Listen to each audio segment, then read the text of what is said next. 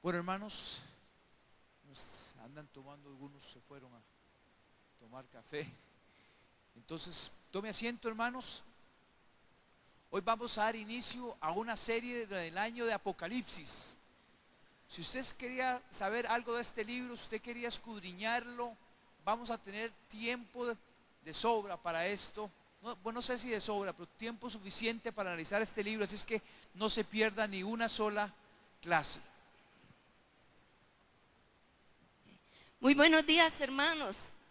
Buenos días, hermanos. Yo les voy a pedir un favor, que se muevan aquí a estas dos áreas centrales para tenerlos más al alcance, si no les es molestia. Por favor, rápidamente, muévanse al área central. Después, si quieren, se acomodan, porque así los veo más, están más accesibles. Hermanos, por favor, por favor. Muy bienvenidos a esta serie acerca del Apocalipsis. Espero que la iglesia sea edificada a través de esta serie. Dios tiene un propósito a través del estudio del Apocalipsis. Padre, te damos gracias por la oportunidad de empezar a estudiar el libro tan maravilloso del Apocalipsis. Oramos para que nos des sabiduría, para que nos des gracia y revelación en el nombre de Cristo Jesús. Amén. ¿Todos listos, hermanos? Los estudiantes traen cuaderno, traen bolígrafo para anotar, están listos para aportar y hacer preguntas. Muy bien, empiezo yo con una pregunta. ¿Qué significa la palabra Apocalipsis? Porque sé que la mayoría de ustedes saben. A ver, ¿alguien le va? ¿Cinia? Sí, significa revelación. Pero ¿qué significa revelación en este contexto? Revelación significa quitar el velo, repito, quitar el velo. Significa remover la cobertura que cubre algo para que quede al descubierto. Este es un ejemplo. Muchas gracias. Cuando esta cobertura estaba encima, ¿verdad que no podían ver lo que había? Al remover la cobertura, Jeremy, ¿qué puedes ver? ¿Cuántas copas? 7 copas. ¿Qué más puedes ver, Doris? ¿Qué más? Una Biblia. ¿Pueden ver qué color son las copas? Carmen, ¿qué color son las copas? La Biblia con una espada. ¿Qué fue lo que hizo que ustedes pudieran ver lo que hay aquí? El haber removido la cobertura que lo ocultaba de nuestros ojos. Entonces, eso es lo que significa Apocalipsis. Quiero que todos leamos a una voz, por favor, este pasaje que está en la pantalla. Voy a contar 3 para que lo leamos a una voz. 1, 2, 3. Esta es la revelación de Jesucristo que Dios le dio para mostrar a sus siervos lo que sin demora tiene que suceder.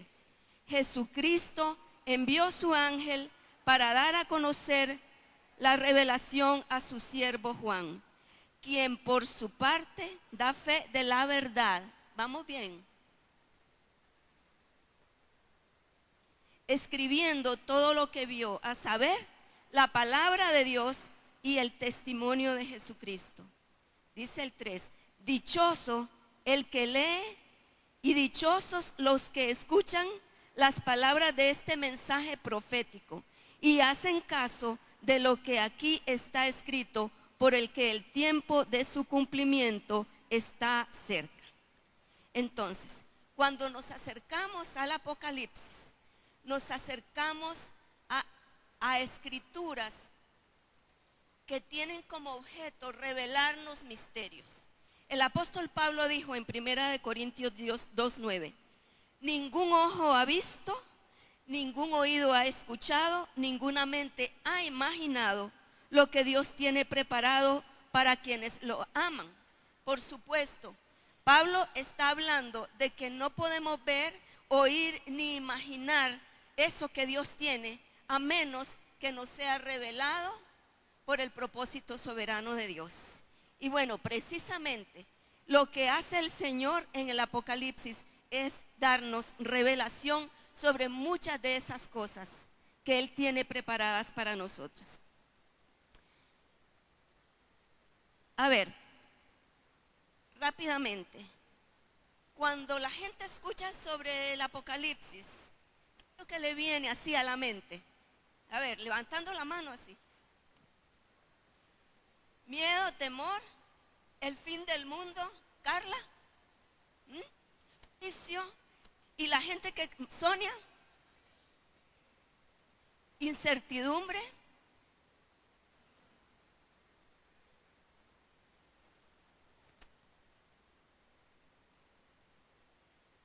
Más alto, hermano. Pero digamos, cuando la gente del mundo oye la palabra Apocalipsis,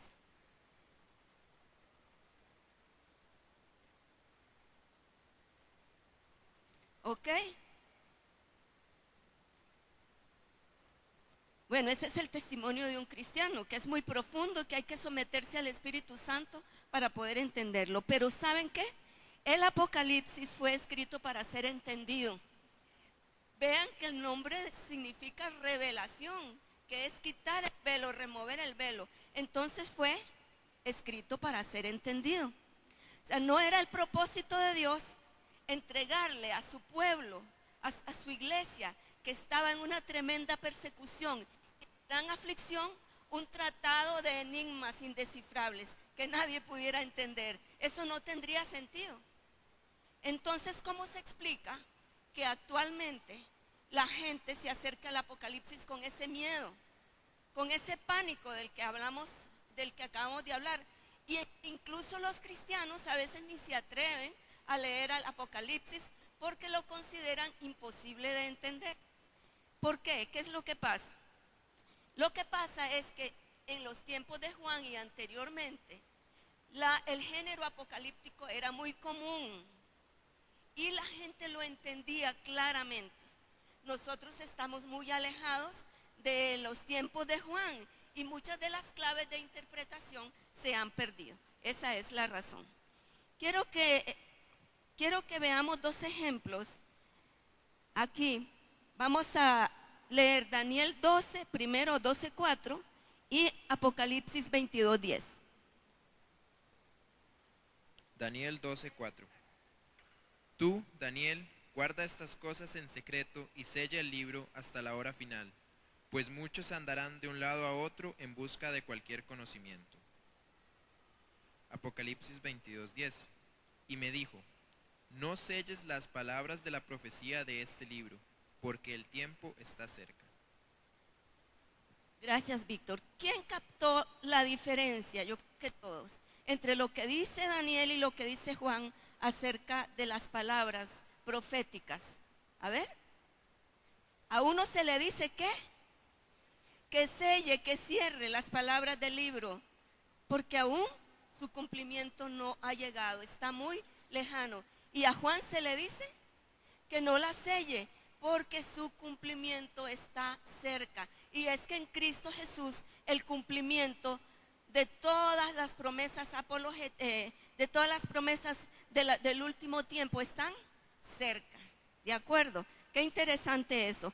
Entonces vemos que no están selladas, están abiertas para ser comprendidas y entendidas. Cuando los destinatarios originales del Apocalipsis leyeron la carta, la entendieron perfectamente bien. Y para ellos fue de gran estímulo y consuelo.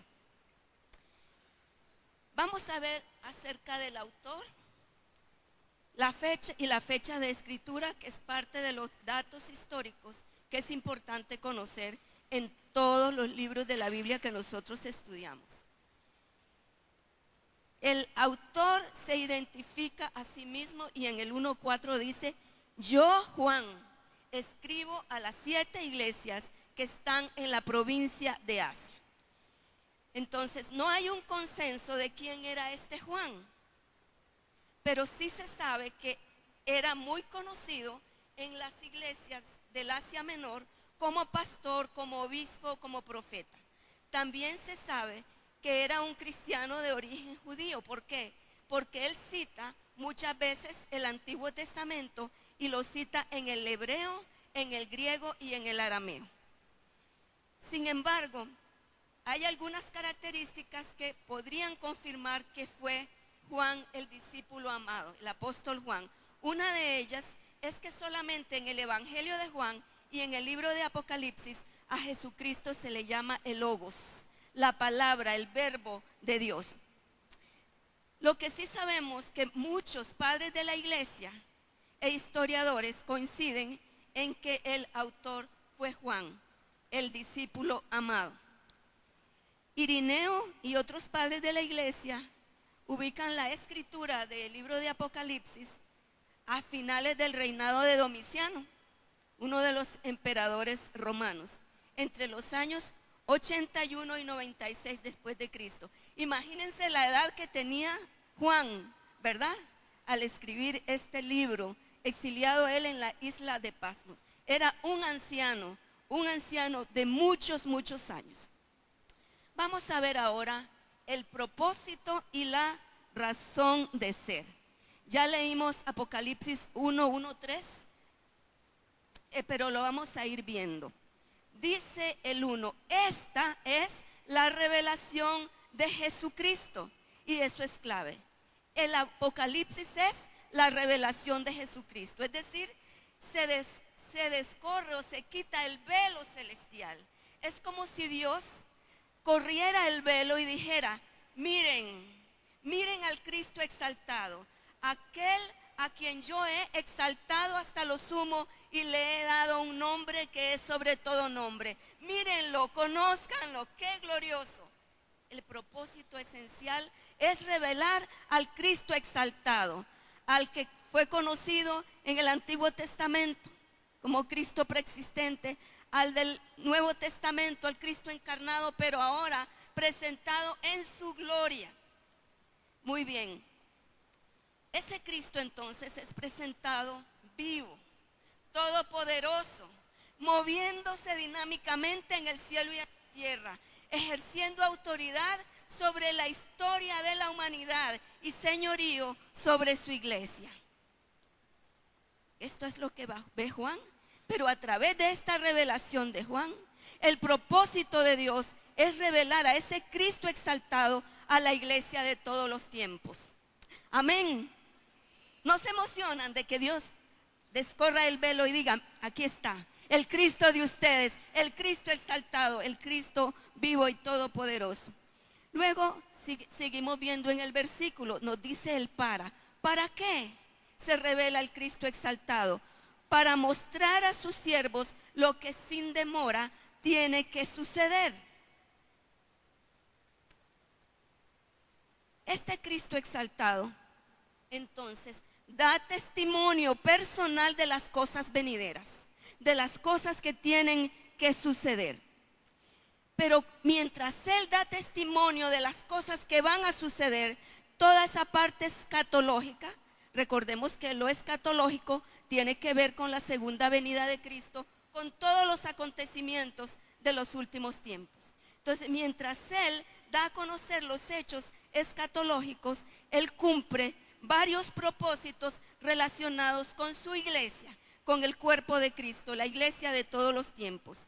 Uno de los propósitos es exhortar a su iglesia a mantener el estilo de vida que responde a los verdaderos discípulos de Cristo. Ejemplo, Apocalipsis 3:3. Acuérdate pues de lo que has recibido y oído y guárdalo y arrepiéntete. Luego, Apocalipsis 2:4-5. Pero tengo contra ti que has dejado tu primer amor. Recuerda, por tanto, de dónde has caído y arrepiéntete y haz las primeras obras. Exhortarlos a mantener el estilo de vida propio de los discípulos de Cristo.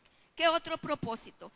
El Señor quiere consolar a los que sufren tribulación, a los que sufren persecución por causa de su nombre, tanto en ese tiempo como a través de los siglos. Apocalipsis 2:10 dice: vas a padecer gran tribulación, el diablo enviará a alguno de vosotros a la cárcel, pero no tengas ningún temor de las cosas que vas a padecer.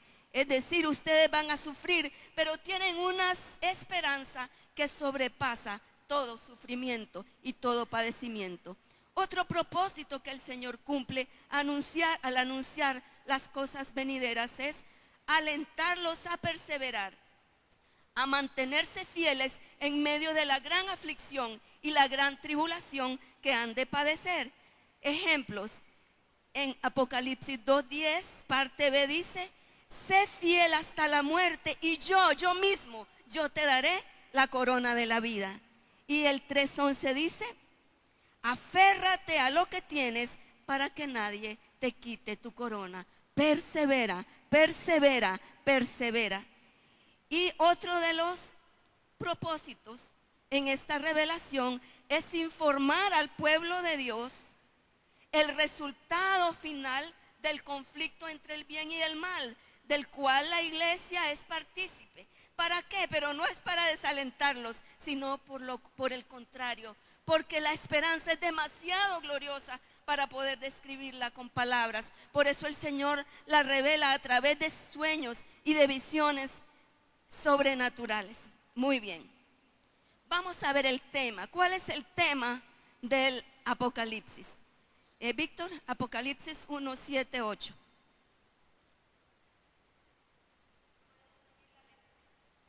He aquí que viene con las nubes, y todo ojo le verá, y los que le traspasaron, y todos los linajes de la tierra harán lamentación por él. Sí, amén. Yo soy el alfa y la omega, principio y fin, dice el Señor, el que es y que era y que ha de venir, el Todopoderoso. Vamos a ver, según lo que dice ese versículo, claramente cuál es el tema del Apocalipsis. A ver, alguien que levante la mano. ¿Cuál es el tema según el versículo? Sí. A ver, ¿qué más? ¿Qué nos está anunciando? La venida de Jesús, los hechos escatológicos que nos llevan al fin de los tiempos y al cumplimiento del propósito redentor de Dios, a la consumación. Entonces está clarísimo. En cuanto al tema, realmente, a pesar de que hay muchas interpretaciones, todos coinciden porque el tema está clarísimo, al igual que el propósito del Apocalipsis. Muy bien, ahora que algunos de nosotros hemos aceptado el enorme reto de enseñar este libro extraordinario, porque es un enorme reto, está recibiendo preguntas. Bueno, pero es que cuando he estudiado el Apocalipsis me encuentro varias interpretaciones, que un comentarista dice esto, que el otro comentarista dice esto. ¿Qué hago? ¿Cuál de los criterios yo debo presentar a la iglesia? Y es que realmente hay variados métodos de interpretación. Y quiero que los veamos rápidamente, a ver que me ayuden por favor cuando estamos ya con los métodos de interpretación. Allá, por favor, chicos, la filmina. Tenemos los métodos de interpretación más comunes. El preterista. El método preterista ve al Apocalipsis o a las escrituras apocalípticas como tratados para tiempos difíciles. Se ubica más en el tiempo en que fueron escritas. Tratados para tiempos difíciles que infunden esperanza y ánimo a sus lectores para mantenerse firmes en la fe. O sea, estos dicen que se interpreta así. Sí, es cierto, estamos sufriendo, estamos viviendo tiempos difíciles de opresión, pero Dios se va a levantar pronto y nos va a liberar de esto y va a establecer su reino. Este método revela las expectativas de los primeros lectores, a los receptores del Apocalipsis, cristianos del primer siglo, de esos lectores, de que serían librados en su tiempo de las tribulaciones que estaba ejerciendo sobre ellos el Imperio Romano. Este método interpreta que el Imperio Romano era la bestia que aparece en el Apocalipsis 13, los sacerdotes que promovían la adoración al emperador son el falso profeta, y en ese tiempo la iglesia estaba amenazada de una extinción completa, por lo cual Juan escribe para confirmar su fe. Así interpretan los preteristas el Apocalipsis. Luego está el método histórico, que dice que el Apocalipsis es una profecía que simboliza los diferentes periodos de la iglesia a través de la historia. Y también representa varios movimientos históricos en el mundo, no en la iglesia en sí, sino en el mundo occidental y en la iglesia cristiana. El método histórico dice que la bestia es el papado romano, el falso profeta de la iglesia romana. Y bueno, ha cambiado muchísimo, hermanos, pero por muchísimas décadas, esto fue llamado el criterio protestante. Y a la gente se le paraba el pelo de hablar del Papa y de hablar de la Iglesia Católica Romana. Más adelante algunas de estas cosas se aclararán. Veamos otro criterio, el criterio idealista.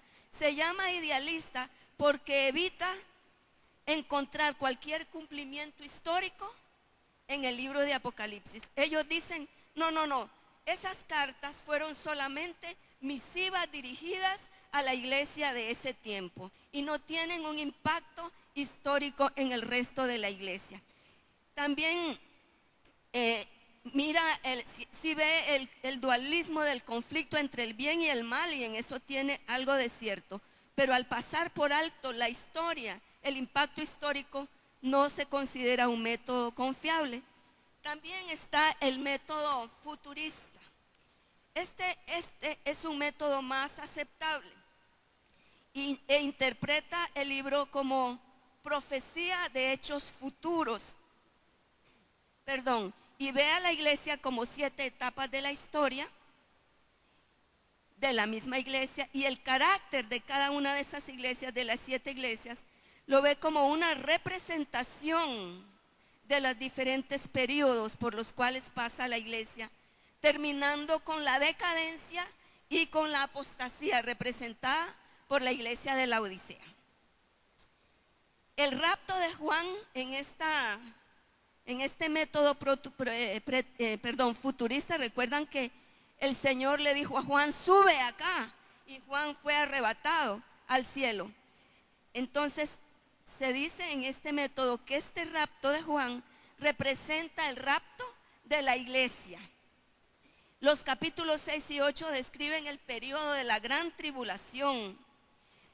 Hace una gran diferencia entre el pueblo de Dios y el pueblo de Israel. En este método futurista está el extremo y el moderado. El extremo es el que se llama el de las dispensaciones, que ve el trato de Dios con el mundo a través de dispensación adámica, la de Noé, la de Abraham, hasta los últimos tiempos.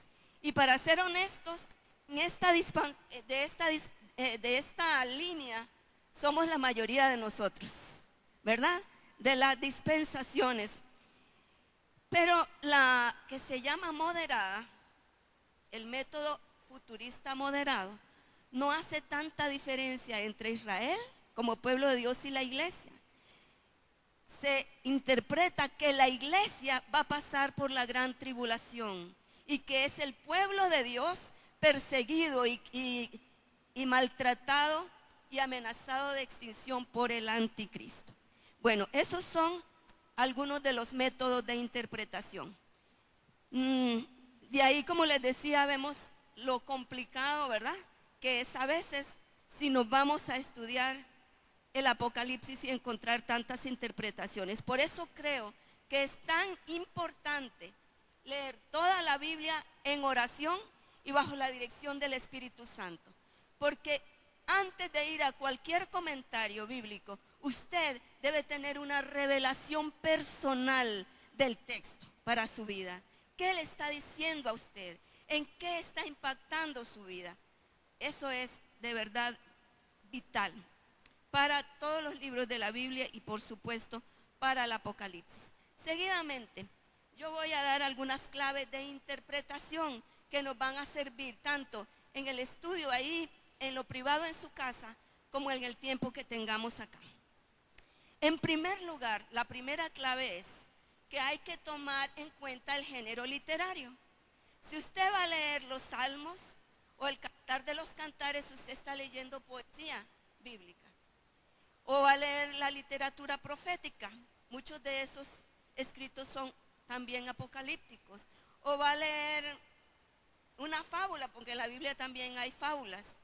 O va a leer un diccionario. No pueden interpretar estas obras literarias o estos géneros de la misma manera, porque cada uno tiene su clave. Pues bien, la literatura apocalíptica es un género único, que consiste en un lenguaje simbólico que era bastante conocido en los tiempos del Antiguo Testamento y por supuesto en el tiempo de Juan. Este era aún en el tiempo de Juan un lenguaje especializado que se utilizaba para transmitir mensajes de gran relevancia, de consolación, de aliento y de esperanza. Entonces, es interesante que esa gente lo entendió y lo recibió con gran alegría y con gran gozo, de tal manera que les inspiró una obediencia hasta la muerte. ¡Wow! ¡Qué maravilloso!, ¿verdad? Esta literatura apocalíptica tiene origen hebreo y se deriva de ciertos escritos o libros del Antiguo Testamento, pero no toda la literatura apocalíptica pertenece al canon bíblico que está en nuestra Biblia actual. Hay otros escritos apocalípticos como son Primera y Segunda de Enoc, la Asunción de Moisés, el Tratado de los 12 Patriarcas, Apocalipsis de Baruch, en fin, muchos otros. Pero ¿cuáles escrituras del canon bíblico se consideran apocalípticas? En el Antiguo Testamento, especialmente Ezequiel, Daniel y Zacarías. En el Nuevo Testamento tenemos el Sermón del Monte o el Discurso del Monte de los Olivos en Mateo 24 y Marcos capítulo 13. Y por supuesto el Apocalipsis de San Juan. Entonces, la época de apogeo de esta literatura fue más o menos entre el año 200 antes de Cristo y el año 150 después de Cristo. Era una manera acertada de hablarle al pueblo cuando estaba en persecución, en guerras y en grandes aflicciones.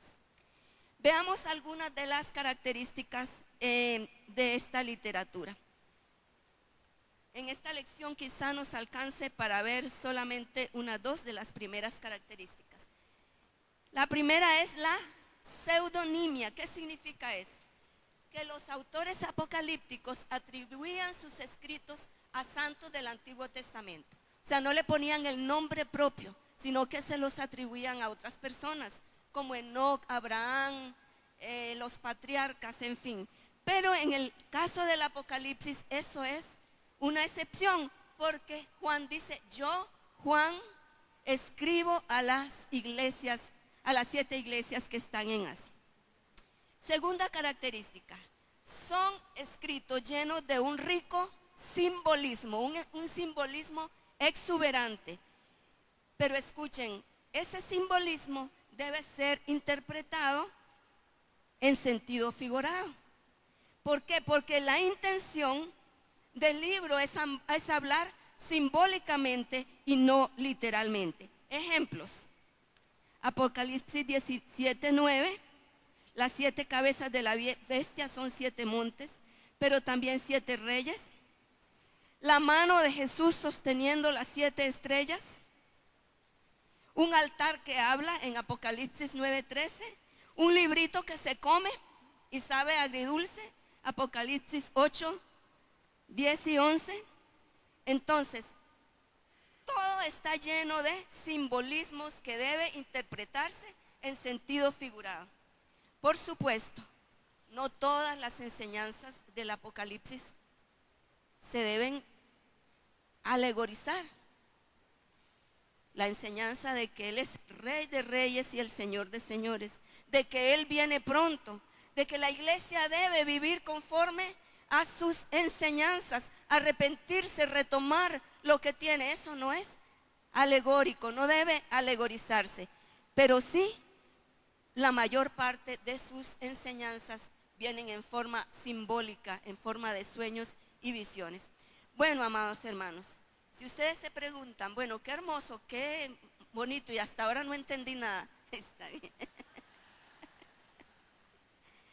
Hasta ahora no entendí nada. Espero que sí. Pero ¿qué tiene que ver eso con mi vida y con la suya? Aplicaciones prácticas.